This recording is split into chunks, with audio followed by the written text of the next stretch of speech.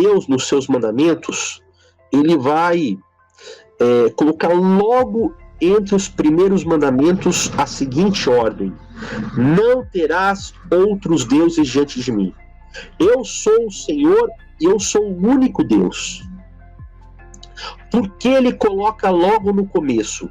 Porque o costume de ter outros deuses era um costume muito comum entre as nações e também seria um costume muito comum entre o povo de Deus, fosse Israel, fosse a igreja. Infelizmente, meus queridos, a idolatria, ela não surge simplesmente do fazer imagens de esculturas. Ela surge com Nimrod, como falou aí, como explicou o pastor Misael. Nimrod, cujo nome se deriva de uma palavra chamada marad, que na verdade significa rebelar-se. Rebelar-se. Nimrod, ele, como diz Gênesis 10, 9, ele foi um poderoso caçador contra Deus. Ele criou ajuntamentos, cidades, ele liderou a construção da Torre de Babel, ele fundou Nínive e outros agrupamentos na época, quer dizer, ele organizou o primeiro reino deste mundo, então era um homem poderoso, né? E Semíramis, que era sua esposa, né? Ela então tem Tamuz. Vocês ouviram falar do mês de Tamuz no calendário judaico, não é coincidência. Quando Israel vai para a Babilônia, o seu calendário não tinha nenhum nome nos meses. Você tinha primeiro mês, segundo mês, terceiro mês. Alguns meses eram identificados de acordo com o que acontecia nesses meses. Por exemplo, o primeiro mês era também chamado de mês das colheitas ou das espigas. Daí vem o nome Abib. Mas quando ele vai para a Babilônia, ele volta com os meses com nomes. E os nomes eram nomes de deuses babilônicos. Então, por exemplo, você tem aí Tamuz, o filho de Semíramis e Nimrod, que foi considerado a encarnação ou a reencarnação aí de Nimrod. E então as origens da idolatria remontam a esta época e elas são muito fortes entre os caldeus e entre a Babilônia. Não é à toa, queridos, que nas escrituras Babilônia ocupa um lugar central. Central, inclusive no sentido simbólico, né? Porque lá no Apocalipse ela é citada não como a Babilônia original, mas como aquele conjunto, aquele sistema organizado de impérios e governos humanos, de exploração econômica e de todos os matizes de idolatria e ocultismo, a respeito dos quais Deus vai falar no final dos tempos: sai dela, povo meu, para que não tome parte dos seus pecados e nem dos seus castigos. Olha que coisa poderosa. Mas o que acontece? A partir desse começo, praticamente todas as nações carregam o dia 25 de dezembro, as nações antigas carregam esse dia 25 de dezembro como um dia de adoração. Por quê? Porque essas nações, em geral, eram nações agrícolas. Diferente de hoje, que nós temos sociedade industrial, naquele tempo, a agricultura, né, no máximo a pecuária, eram os grandes negócios que essas nações tinham. Então, essas nações dependiam muito, queridos, por conta dessa economia do clima. Dependiam muito, por exemplo, de que o sol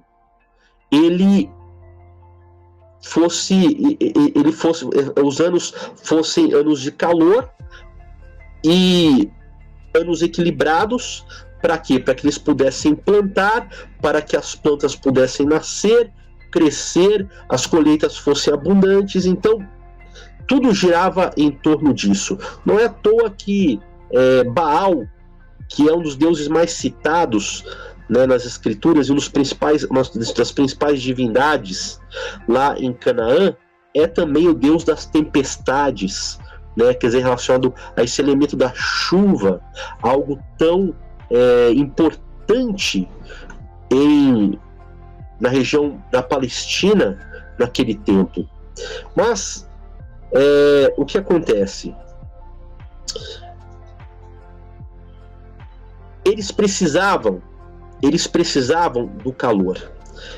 Você pode ver que essas culturas antigas, elas identificavam estes deuses principalmente com os astros celestiais.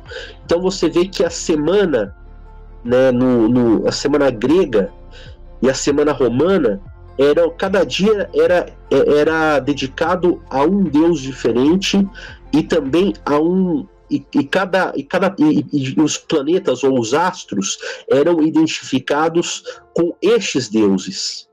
Então, o mais importante, não havia dúvidas, era o Sol.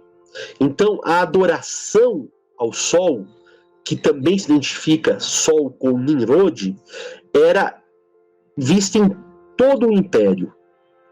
Então, você tem isso no Egito, você tem isso em Babilônia, e você tem isso em Roma. Os romanos, por exemplo, eles importaram, né, um deus aí que se identificava com o Sol, chamado Mitra, num culto que era muito forte em Roma. E qual que era a data de nascimento dessa divindade? 25 de dezembro. 25 de dezembro. E qual que era a data que era oferecida ao Sol enquanto divindade? 25 de dezembro. Por quê? Era o dia mais curto do ano lá. Era o dia mais curto do ano.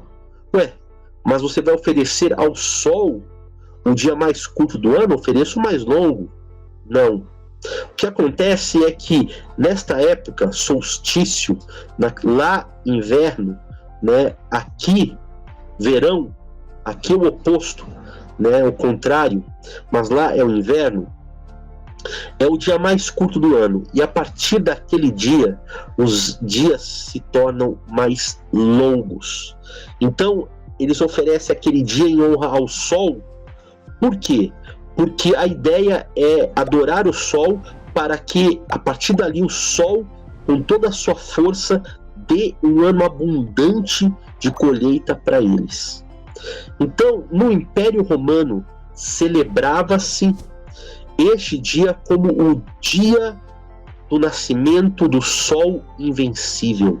Natalis Solis Invictus. Natalis Solis Invictus. Por quê? Porque eles faziam um culto ao Sol com vários elementos neste culto, os quais podemos falar mais para frente. Mas vários elementos eram usados em adoração ao Sol. Para quê? Para que a partir dali eles tivessem um ano abençoado. Essa festa era uma festa muito popular. Lá em Roma, entre o dia 17 de dezembro e o dia 24 de dezembro, celebrava-se uma festa de orgias. Eram as Saturnálias, que depois vão evoluir e dar origem ao nosso carnaval.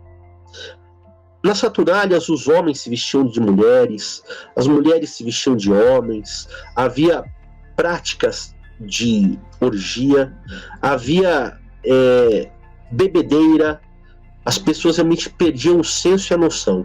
Mas quando chegava no dia 25, Brumálias, então se celebrava o Sol, Natalis Solis Invictus, o nascimento do Sol invencível.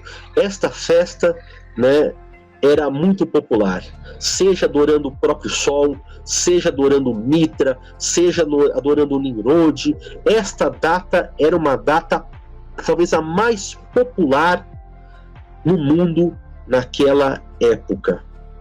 Só que era uma festa pagã. Os cristãos não participavam. Por quê? Porque era uma festa pagã. E aí você vai me perguntar assim, e tinha problema se por acaso eles fossem nas casas, eles fossem participar dos almoços? E eu quero lhe responder, não eu, mas eu quero responder aqui rapidamente com a palavra de Deus. Porque quem somos nós aqui para dizer alguma coisa segundo o que nós achamos ou pensamos? Quando alguém tentou fazer isso, queridos, olha, se deu muito mal, né? A palavra de Deus, queridos, ela vai condenar o participar de almoço, de encontro, de qualquer coisa naquela data. Por quê? Porque eles só se encontravam, por quê? Porque era uma data em honra ao sol. Ou seja, por ser uma data em honra ao sol, as pessoas faziam almoço. Aí o cristão desavisado, ele ia lá e participava. Então Paulo, ali em 1 Coríntios, capítulo 10, ele vai nos dizer assim no verso 18, presta atenção. Considerem o Israel segundo a carne.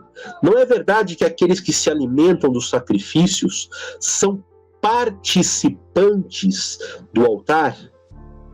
O que quero dizer com isto? Que o que é sacrificado ao ídolo é alguma coisa? Ou que o próprio ídolo tem algum valor? Não. Digo que as coisas que eles sacrificam são sacrificadas a demônios e não a Deus. E eu não quero que vocês estejam em comunhão com os demônios. Vocês não podem beber o cálice do Senhor e o cálice dos demônios. Não podem ser participantes da mesa do Senhor e da mesa dos demônios. Ou provocaremos ciúmes ao Senhor. Somos por acaso mais fortes do que ele? Então veja bem, Paulo proibia participar de qualquer evento, né, naquela data, naquele momento, porque esses eventos, quer queira, quer não queira, eles não eram, não havia só cristãos que não praticavam, havia pessoas variadas, e muitas das quais faziam aquilo em honra ao sol. Era uma comemoração feita em honra ao sol, queridos. Então, por conta disso, né, a palavra de Deus era muito clara em proibir. Ok, vamos lá. Nós já vimos, né, que dia 25 de dezembro não é o nascimento de Jesus. Mas, queridos, no tempo bíblico, no tempo apostólico, não se comemorava de forma alguma, não se comemorava essa festa. Mas isso também não aconteceu no século I, não se aconteceu no século II. No século III, por exemplo, Orígenes, que era um dos chamados pais da igreja, ele falou o seguinte: não vemos nas Escrituras ninguém que haja celebrado uma festa ou celebrado um grande banquete no dia do seu natalício.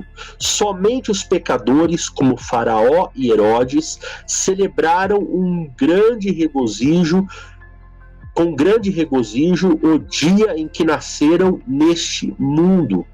Então, Orígenes, isso no século III, ele vai falar contra, né, a celebração do Natal, ou a celebração, né, no dia 25 de dezembro. Mas, uma vez que a festa se tornava muito popular e o cristianismo, então, é legalizado no Império Romano, então quer dizer, você torna a religião cristã a religião oficial do Império Romano, você tem as pessoas se tornando cristãs. Só que a igreja não consegue vencer as práticas pagãs daquelas pessoas. E como eu falei no começo, segundo o Papa Júlio I, isto incomodava a liderança da igreja. Eles, então, em vez de lutar contra a prática pagã, eles incorporam o paganismo na igreja, mudando simplesmente o nome. Então, você não impede as pessoas de comemorarem, né, o Natal. Você muda. Em vez de nós falarmos Natalis Solis Invictus, o nascimento do sol invencível, nós passamos a falar Natalis Christus Invictus, o nascimento do Cristo invencível. Jesus não nasceu dia 25, mas tem que entrar alguém ali no lugar. Por quê? Porque as pessoas continuam a celebrar a festa, mas pelo menos você tem uma festa cristã. Então eles cristianizam a festa pagã, queridos. Adiantou alguma coisa? Não adiantou nada, porque isso incomodava do mesmo jeito a igreja. Por quê? Porque eles estavam lá fazendo as práticas das Saturnálias na festa cristã. Então, a festa do suposto nascimento de Jesus é uma festa regada a sexo, é uma festa regada à promiscuidade, é uma festa regada a práticas pagãs, piora as coisas. Veja bem, o primeiro Natal, no sentido de nascimento de Jesus, no dia 25 de dezembro, ele é celebrado oficialmente em Roma no ano 336. Veja só, se era para celebrar, né, o nascimento de Jesus, eles só descobrem isso 336 anos depois. Os apóstolos não sabiam, coitados. Andaram com Jesus e não sabiam disso. Né? Os discípulos não sabiam. A igreja primitiva não sabia. Os pais da igreja não sabiam.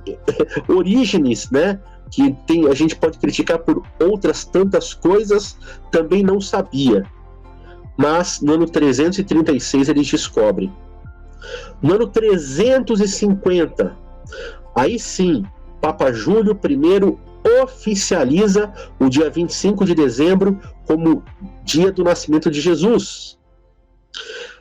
Passa-se o tempo, porque essa data não era bem vista. Havia igrejas e cristãos que não aceitavam o paganismo. Então foi uma disputa muito grande, tanto que no Oriente, né, em Constantinopla, a igreja ela procura se diferenciar comemorando o seu Natal no dia 6 de janeiro. Adianta alguma coisa? Não adianta nada. Só que eles fazem isso para não comemorar no dia 25, que é o Natalis Solis Invictus. Mas com a força do papado, com o crescimento, né, do cristianismo no Império Romano e com cada vez mais o bispo de Roma tendo supremacia, no ano 449, Leão I ele oficializa o dia 25 de dezembro como feriado. Então, quer dizer, além deles comemorarem, agora é também um feriado. E finalmente, no ano 529 depois de Cristo, olha só, 5 séculos depois, é o imperador Justiniano que então ele decreta que em todo o império esta data, 25 de dezembro, passaria a ser conhecida e celebrada como o dia do nascimento do Cristo invencível. Então você veja, não tem nada a ver com Cristo. É uma festa pagã, sempre foi uma festa pagã, com costumes pagãos, só que ela é cristianizada. Por quê? Porque a igreja não vence o pecado. Se ela não vence o pecado, ela incorpora o pecado, queridos. E desculpa, mas não é tradição religiosa que eles incorporam. É pecado. Porque a idolatria, ou seja, ter outros deuses diante do nosso Deus, tem outro nome na Bíblia? Pastor Misael, responda para nós. Ter outros deuses tem um outro nome na Bíblia, diferente de pecado? Eu posso chamar de ter outros deuses diante do meu Deus como a maior festa cristã, Natal? Ou devo chamá-la pelo nome que a Bíblia chama? Idolatria, pecado.